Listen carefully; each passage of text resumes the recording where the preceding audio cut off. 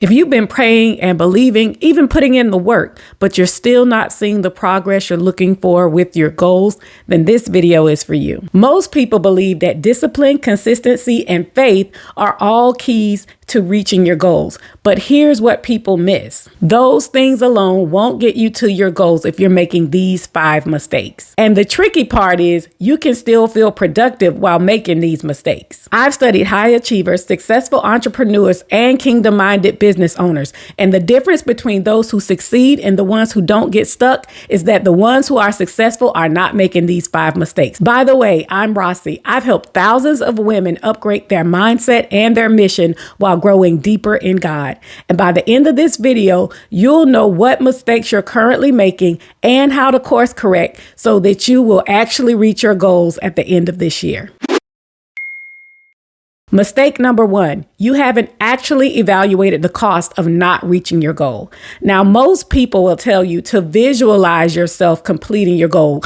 Visualize yourself crossing the finish line. Visualize the thing you want to be. But that alone is not enough. And here's why. You also need to visualize the consequences of staying where you are. So here's how you do that. I want you to take a moment and close your eyes and just think about it.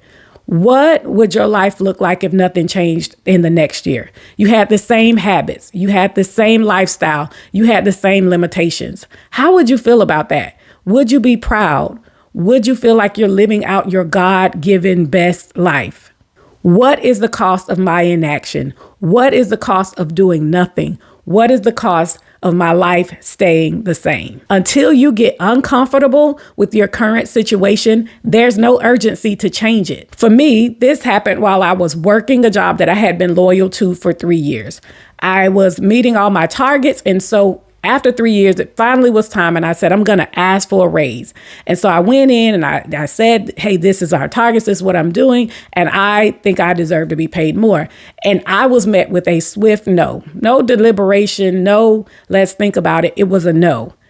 And at that moment, I realized that I did not ever want to be in the position again where someone could tell me what I had the potential to earn. That moment hit me hard, not just because of the money, but what I realized was my future was in someone else's hands. And 6 months later, I left that job to start living the life that I knew God was nudging me toward all along. This matters because urgency creates clarity. When you really understand what it costs you to stay stagnant spiritually and financially, and as you try to move your life forward, everything changes. You stop entertaining distractions and you stop delaying the vision. By the way, if you need a daily reminder about what God says about your future and your success, my affirmation guide is available at the link in the description below.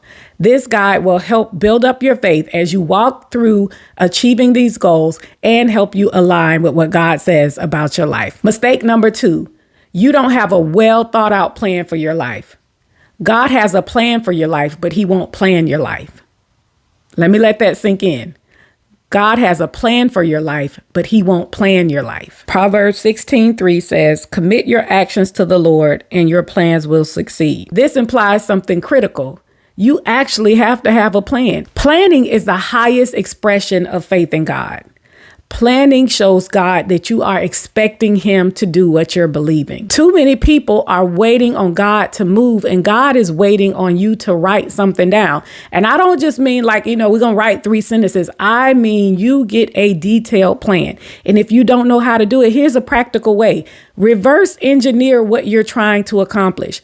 If you come up with your life goal or your life plan and you're like, hey, to live comfortably, to do what I need to do for me and my family, I need to make $85,000 a year. Then start looking up jobs that pay $85,000 a year, maybe a little bit higher, and then figure out what is the education that's required to do that thing. How long is it going to take? What do you have to learn as a skill set? How are you going to fund that education? Are you going to work for 2 more years, putting money aside so that then you can become the thing that pays that? But don't just go through life saying, I hope and I wish, God, I'm believing, but you don't have a plan. When you create that plan, it gives God space to work. Planning makes things happen. It's where your vision becomes visible. It's more than a to-do list. It is a detail written down step by step. as if you believe that this thing is really going to come to pass. When my husband and I started believing for a financial increase in our lives, we didn't just pray about it. We wrote a detailed plan, and we go back and we reevaluate that plan. But right now, whatever amount of money God brings into our hand, there is a plan. We know exactly how much we're going to sow into ministries and into charities. We know exactly how much we're going to invest. We know how much we're going to put away for our generations and our children, our child's children. We already have a plan because we are believing that God is going to do it. And so as our vision gets bigger, we actually go back and we update that plan. We're like, God, hey, we were believing that you could do this, but now we see that this is very possible. So we have to increase. But every time we go back and we tweak that plan because we're saying, God, we believe that you're going to do this. We see our plan as our blueprint for belief. It takes what we're planning and it pulls it out of eternity and puts it into reality. Even Jesus told us to count up the cost and make a plan. In Luke 14:28, he says, suppose one of you wants to build a tower. Won't you first sit down and estimate the cost? He's saying, sit down and evaluate the cost of the thing, emotional, physical, financially.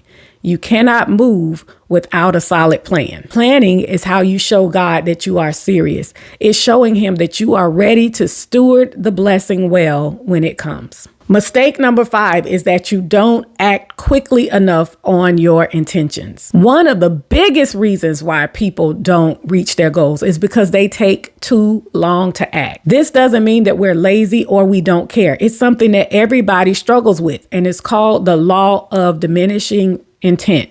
And basically what that means is the longer you take to do something after you get that information, the least likely you are to do it. And a perfect example of this is our New Year's resolutions, right? You go to the gym on January 5th and there is a line for the treadmill and everybody is there and the gym is the place to be. But you go again on May 5th and it's crickets.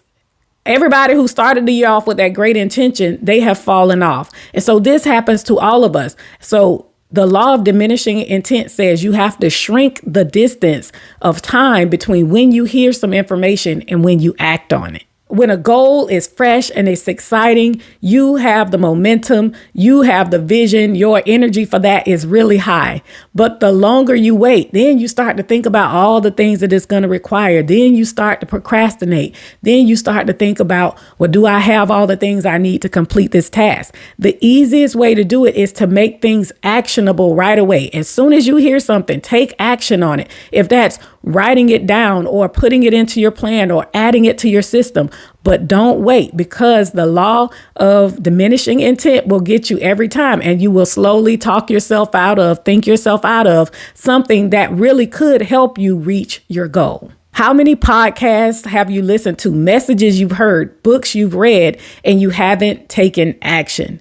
That stops today. We are going to take swift action when we hear something that can move us forward towards our goals. Remember this, momentum is built by movement.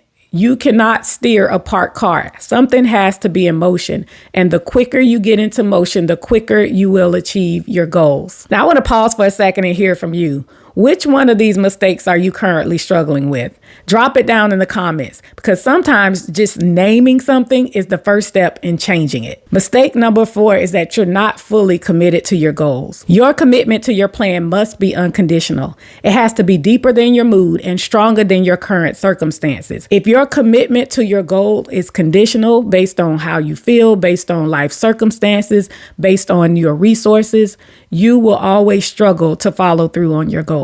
Emotions are impulses. Circumstances are always changing, and success does not wait for convenience. We live in a world where even our strongest commitments are now based on circumstances. Think about when we take marriage vows. People say till death do us part, but what they really mean is until you don't make enough money, or until I meet somebody better, or until we can't figure out how to get along. And we can't let that same mentality creep over into our mindset when we're reaching our goals. There comes a moment when you have to decide if you're going to press forward or if you're going to fall back. And this is where most people miss it. Most people turn around, they give up, they quit when it gets tough. Only a very few people say, no, I see what's ahead of me and I'm going to push through until I get to the other side. You have to be like that small group of people that says, I'm going to push through no matter what. Half-hearted efforts create half-built dreams. And you have to decide beforehand, no matter what happens, I am all in. Mistake number 5 is that you don't hang around dreamers. Here's a hard truth. You cannot have a thriving life in a stagnant environment. You can't grow into your God-sized vision if everyone around you is playing small. Everybody knows that the fastest way to get better at something is to train with people that are better than you. It's uncomfortable and it stretches you, but eventually you begin to grow. Eventually your level begins to rise. That same principle applies to your dream. If you are the smartest, the most successful, the most affluent person in every room you go in, you are in the wrong rooms. We are the average of the 5 people that we hang out with the most. So think about who you're hanging around. Think about your current circle. When you're talking about your goal and the purpose and what you're trying to work towards, you have to get into different circles. Join a community club or go to where you know women business owners are going to be. But you have to expand your circle and get around visionaries and people who are pursuing big goals. Proverbs 13:20 says it like this: walk with the wise and become wise. Proximity influences everything. If you know that you are not around people who are dreaming bigger, visionaries, people who are really pursuing their goals, then you have to get into different spaces. Make that a priority. Your circle sets your standard. And if your environment is not challenging you, then that means it's containing you. Reaching your goals is attainable, but make sure you aren't making these mistakes. And know that you're not alone. Now that we've identified the mistakes, this is your opportunity to do better. Because the truth is, your future is too important to play it small. Well, that's been it. I hope you enjoyed this one. Until the next time, remember, if you change your mind, you'll change your life.